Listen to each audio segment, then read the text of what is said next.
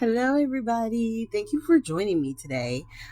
So we're doing a video for the Color Cube Challenge, and I'm sorry I did miss the April challenge, but I'm here for May, and I'm going to share with you what we're going to create. So this was the card that was selected. I'm gonna hold it up close so you can see the colors. And if you wanted to, you could pause and see the actual names and stuff on the back.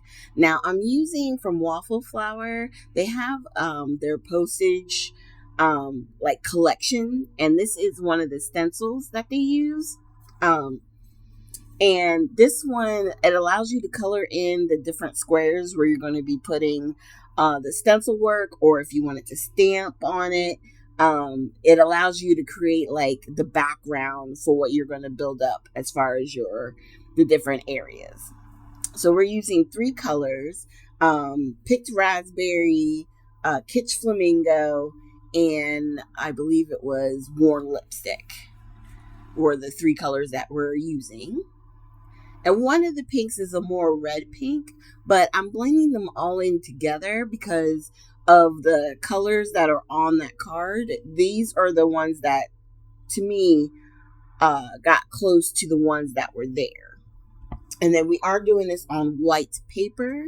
Now, the white in this has got a little bit of a cast, but I'm just using plain white paper to like kind of bring in that, to me, white element.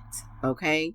So then once we have the blocks colored in, we're going to start coloring in our butterflies. And it does take a little bit for me to line it up. I want to make sure like all the pieces are in the boxes. And then I'm using obviously different colors to make the butterfly stand out. Um, I have Lost Shadow.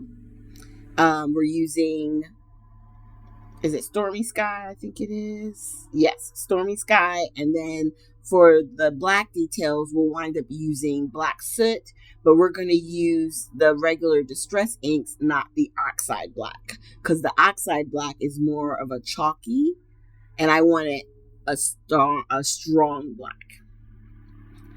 So there we go. We're starting to build it up. So you can see a little bit of the light Lost Shadow. And then our next color we're going to do, the Stormy Sky, is going to give it a little bit of a blue, like a gray blue tint. And I'm just trying to line everything up as best as I can. I had cut my card too short. The thing with Waffle Flower and a lot of the companies that do these type of stencils, they always give you like an outline, like where to line up your card. And if I had kept it that size and then cut it down, it would have been easier to line everything up. But hindsight 2020, this is where we are. So now I'm doing the Stormy Sky. And I love it because also each stencil is numbered. So it goes 1, 2, and 3. So you know exactly which way to go, which one to do next. And you can see I kind of already worked on one because we have some of that black ink still kind of left over on the stencil. And I'm just going to line back up. And once we have everything where it should be, we're going to go ahead and use the ink. And what I love about these color cube challenges is you can do cards, you can do layouts, you can do whatever inspires you using these colors. You know what I mean? So if you're an artist and you want to do a piece of artwork, you can do that. Just grab the color for this month or whatever month, and go ahead and paint. Let it be your inspiration. And I've really enjoyed having these. Now, of course, the 1 month did get away from me, but I still I don't want to stop because one, the I'm using the system that I bought, and I'm liking the results that it's giving me. I had fun making this card. Now, I do want to decorate it even further. So I'm going to real quick put a sentiment. I'm just going to put celebrate right up above one of the stamp squares or postage squares. And then we're going to add some sequins and elements like that, but we're going to go ahead and attach it to our card base. Now our card base is going to be 4.25 by 5.5, which is a standard card, A2 size. And then once we get this attached, we'll do the decorating. And what I did was I have a sequin pack from Picket Fence Studios. And I'm going to see if I can see the name of it I had a little smudge from my fingers, so I had to clean it with that. Yes. Okay. So these sequin mix is called Pretty in Pink. Okay. So that's what we're going to use to decorate the front. And inside it has like a couple of different shades of sequins, but then there's also butterflies. There's pink butterflies, white, and then like a reddish orange butterfly. Yeah, I didn't use that on those.